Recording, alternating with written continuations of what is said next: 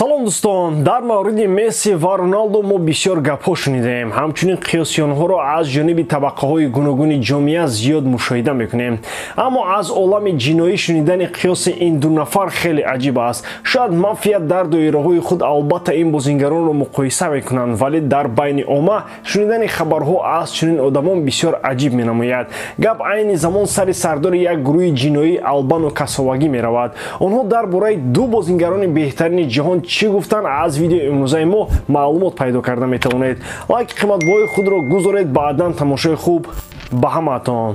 барои ғолиб омадан бо ширкати дуруст будан лозим аст. Vios ин коэффициентҳои баланд аз букмекерҳои топи Осиё мебошад. дар сомонаи Vios дар як лаҳза саҳифаи мустақим боз кунед. дар Vios худро нонавис карда бо криптодепозит гузоред ва чунин имтиёзҳоро соҳиб гардед. бонуси аввалин барои депозит дар ҳаҷми то $150. Илован барои шартбандӣ дар варзиш Vios ҳармоҳа кешбек медиҳад. барои гирифтани крипто бонус аз ссилкаи дар комментария буда маълумоти бештар пайдо карда метавонед. Vios ин боэътимод аст.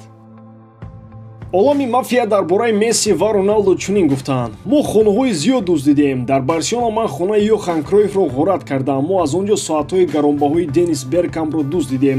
ҳамчунин он ҷо якчанд маҳсулот аз Хермес буданд. онҳоро ҳам гирифта дар баробари ин €20,000 бо худ бурдем.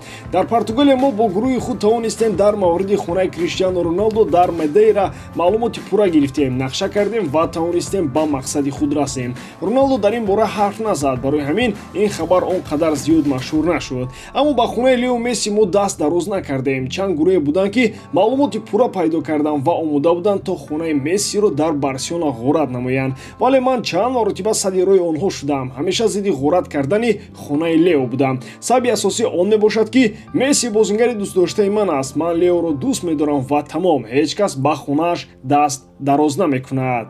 аз ин гуфтаҳо маълум мешавад ки дар мафияи Албано Касовагӣ нафари асосӣ мухлиси Месси будааст. пас дигарон ҳам хоҳ аз футбол дур бошанд, хоҳ ба он наздик, ин нафарро мешиносанд ва оҳиста оҳиста мухлиси ӯ шуданд. бо ин гуфтаҳо нафаре ки дар ҷустуҷӯ қарор дорад исбот намуд ки бар Криштиану Роналдо ва ҳамаи хонаву дороияшон гурӯҳҳои ҷиноӣ таҳти роҳбарии ҳамин нафар метавонанд ҳар кор кунанд. ин ҷо ҳатто кор метавонад то он дараҷае равад ки барои мухлиси Месси будан ба Роналдо боз зарари бештар расонида мешавад.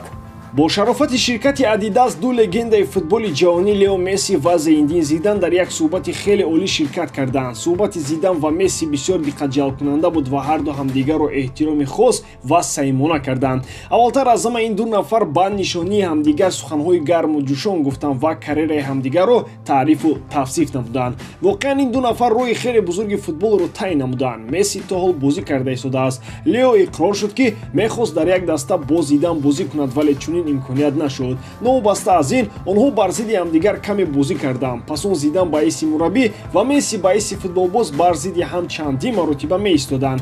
ду легенда акси хотиравӣ ки соли 2008 гирифта шудааст ба ёд оварданд. он вақт ҳам Adidas 3 нафар Месси, Зидан ва Раулро ҷамъ кард. онҳо аксе гирифтанд ки Зидан онро то ҳанӯз ҳифз кардааст ва дар суҳбат ба Месси нишон дод. Зейндин аз Месси дар мавриди он пурсон шуд ки кадом бозиро мехост аз сар гузаронад. Лео дар ҷавоб чунин гуфт: ман аз карьераи худ 100% розӣ ҳастам. дар бораи ягон марҳилаи он изҳори таассуф надорам, вале агар чунин имконият мешуд, ман финали чемпионати ҷаҳони соли 2014-ро аз сар мегузаронидам, гуфт Месси. хотиррасон мекунем ки дар он мундиал Аргентина бар зидди Олмон дар финали ҷоми ҷаҳон бозӣ карда бо ягона голи задаи Марио Гётсе шикаст хӯрд. Зидан ҳамчунин дар мавриди туби тилло ҳарф зада қайд намуд ки Лео онро арзанда ба даст овард. Месси мунтахаби кишвари худро ба қаҳрамонӣ дар ҷоми ҷаҳон расонд. ба андешаи Зидан Холланд ҳам бозингари хуб аст, вале Месси соҳиби арзандаи ҷоиза мебошад. Месси бошад бори дигар бо ягона футболбозе ки аз ӯ иваз кардани футболка пурсидааст ду рӯ ба рӯи ҳам қарор гирифт ва ин дафъа дар фазои хеле зебо. давоми чанд рӯзи охир дастаи Реал Мадрид бо бозингарони худ шартномаҳоро тамдид карда истодааст. ин навбат дастаи шоҳона бо Федерико Валверде қарордоди ҳамкориро то соли 2029 тамдид кард ва ин хабарро аллакай ҳамаи сарчашмаҳои боваринок тасдиқ намуданд. рамоно хабар медиҳад ки пули тавони Валвердеро дастаи шаҳри Мадрид 1 миллиард евро наиштааст. бояд ба ягон дастаи дигар имконияти харидани ин футболбоз намонад, ҳатто имконияти кӯчактарин. 1 миллиард евроро ҳатто арабҳо ба худ то ҳол иҷоза надоданд. маълум ки ҳама ин пулҳои калон рамзӣ буда ба хотири он монда мешавад ки дастҳои дигар таваҷҷӯҳи худро ба чунин бозингарони муҳим кам кунанд. Валверде барои Реал Мадрид аз зумраи беҳтаринҳо ба ҳисоб меравад ва ба чеҳраи меҳварии даста табдил ёфтааст. Аз байни бозингарони ҷавони даста он нафаре аст ки дар мавриди бозӣ ва барқарории устувориаш ягон кас шубҳа надорад. Ӯ аз оғоз то анҷом беҳтарин бозӣ мекунад ва дар ҳамаи рақобатҳо бо тамоми ҷону дил бозӣ мекунад. Табиист ки Реал чунин бозингарро бо ду дасту ду по меқабад. Худи Валвердеам омодааст солҳои тӯлонӣ дар сафи мадридиё бошад. Хави дар дастаи Барселона соҳиби боварии калон аст, новобаста аз он ки вақтҳои охир дар Барса як нав пасравӣ дар бозӣ ва натиҷаҳо дида мешавад, роҳбарияти каталониҳо ба мутахассисони дигар муроҷиат нахоҳанд кард. Гуфта мешавад ки Хави барои лоиҳаҳои дарозмуддат ба дастаи Барселона омад. Мушкилиҳои муваққатӣ боиси аз вазифа рондани ин мутахассис шуда наметавонад. Мутахассиси 43 сола корашро дар сафи Каталониё идома хоҳад дод. Воқеан ҳам агар ба натиҷаҳои Барселона мо таваҷҷӯҳ кунем, вақтҳои охир ҳам бозии даста заиф шудааст ва ҳам натиҷаҳо бад шуданд, вале дар маҷмӯъ Барса дар ҳолати хуб қарор дорад. Ин тим дар чемпионати дохилӣ дар қатори лидерон рафта истодааст. Дар Лигаи Чемпионҳо бо ишғоли зинаи якум ба плей-офф мебарояд. мушкилиҳои муваққатӣ дар дилхо даста ҳастанд, аз онҳо ҳеҷ кас раҳо шуда наметавонад. ҳатто дар дастҳое ки идеалӣ ба назар мерасанд, марҳилае фаро мерасад ки тим дучори буҳрон мешавад.